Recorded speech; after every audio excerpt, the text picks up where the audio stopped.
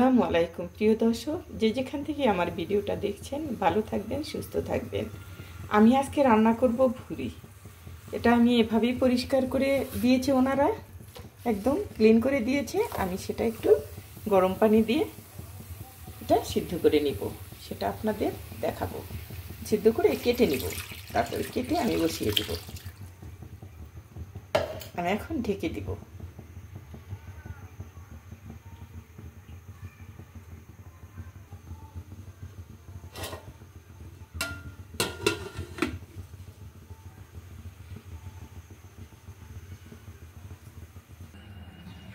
আমি ভুঁড়িটা হলুদ দিয়ে সিদ্ধ করেছিলাম, ধুয়ে ভালোভাবে, তারপরে গরম পানিতে হলুদ দিয়ে সিদ্ধ করে, তারপরে আবার কেটে, না হলে 7টা ধোয়া দিয়েছি। এখন আমি বসাবো সেটা। এইভাবে আমি কেটে নিয়েছি, আপনারা এভাবে কেটে নেবেন। ভুঁড়ি সবারই পছন্দ, আমার বাসায় সবাই মাংস খাবে না, শুধু ভুঁড়ি খাবে, এটাই তাদের চাহিদা। দেখতে থাকুন। দিচ্ছি তেল ঢেলে,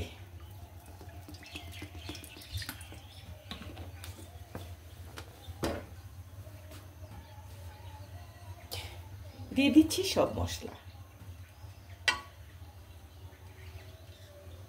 তেজপাতা, দারচিনি বেশ কয়েকটা, 10টা এলাচ, কিছু গোলমরিচ, কিছু লং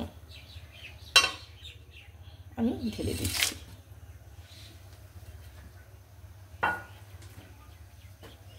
কিছুক্ষণ নাড়াচাড়া করে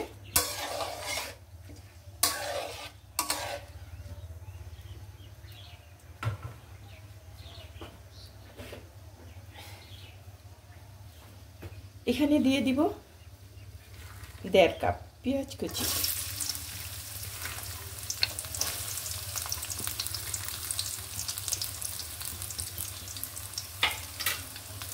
আমি একটু হালকা করে ভেজে নেব।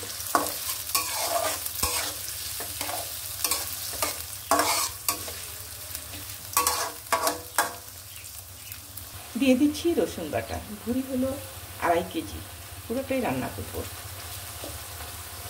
আমার অনুপাতে দিচ্ছি আমি।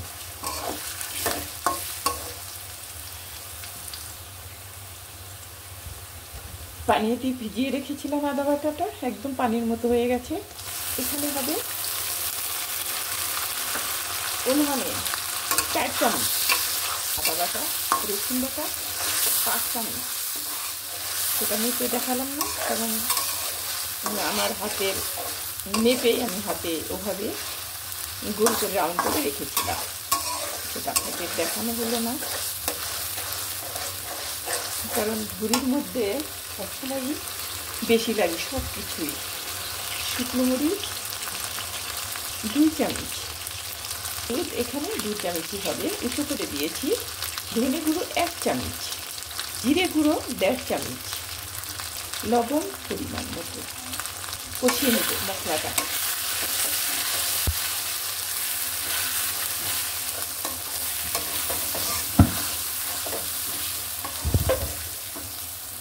মশলাটা আমি ভালোভাবে কষিয়ে নিচ্ছি।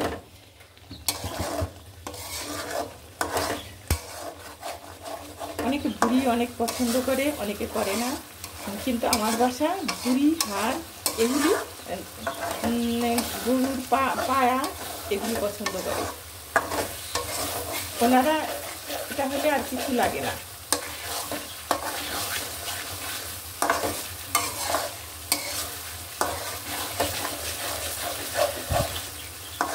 তেলটা উপরে চলে আসছে, এখন আমি ভুঁড়িটা দিয়ে দিব।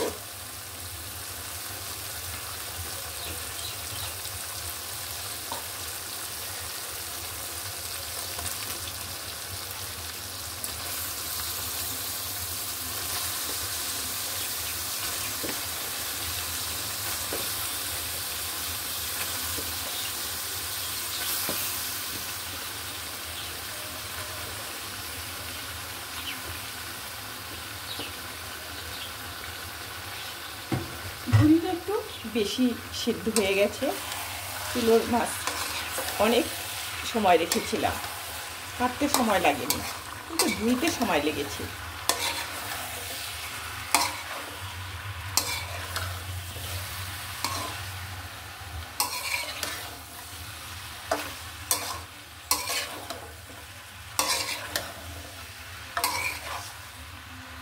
আরও 1 চামচ দিয়ে দিলাম গরম মশলার গুঁড়া। এখন আমি এটা ভালোভাবে নিয়ে নিব, লেগে যেন না যায়।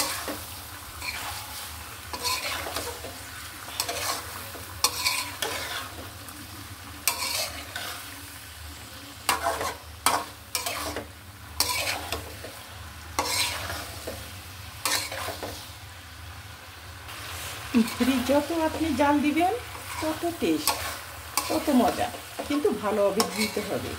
ধুয়ে তারপরে হলো হলুদ দিয়ে গরম করে আবারও ভালোভাবে কুচলিয়ে 6-7টা ধুবেন। ধোয়া দিয়ে তারপরে একদম সাদা দগদগে হবে।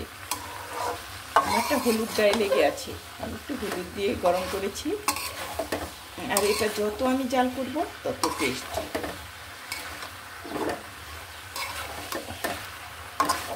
বেশি পানি দিতে হবে না, এমনি আস্তে আস্তে এই হয়ে যাবে। আস্তে আস্তে একটু ধীরে ধীরে জালটা দেব।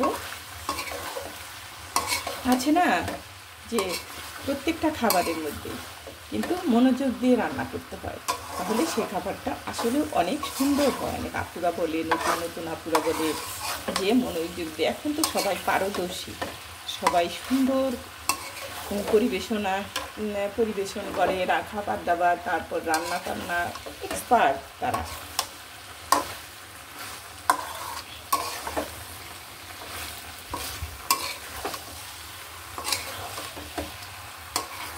আমি এখন একটু ঢেকে দিব, ঢেকে দেওয়ার পর তারপরে একটু পানি দেব। ঢেকে দিচ্ছি।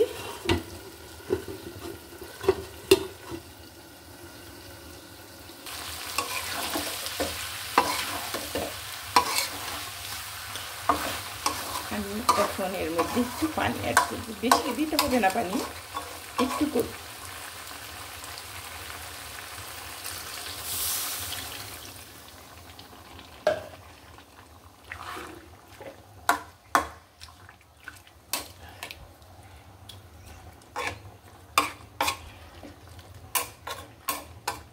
এখন ডেকে দিই।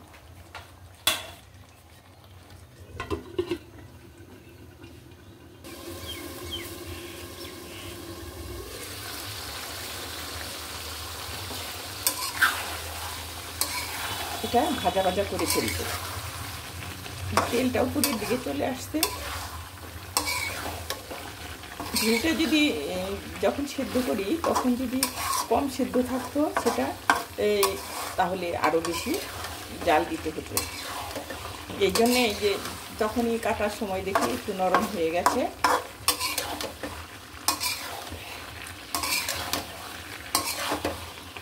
আর একটু ঢেকে দিব।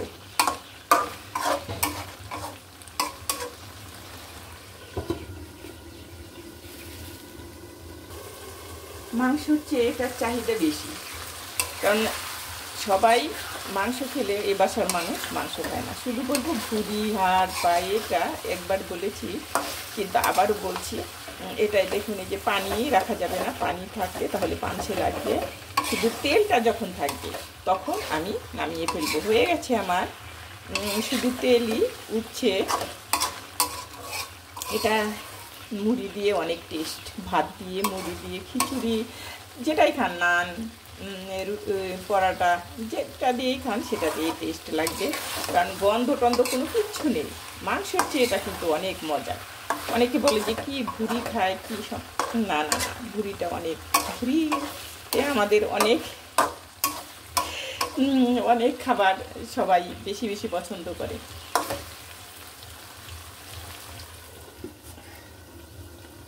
দেখুন সাইড দিয়ে তেলটা উঠে যাচ্ছে, এই যে সুন্দর।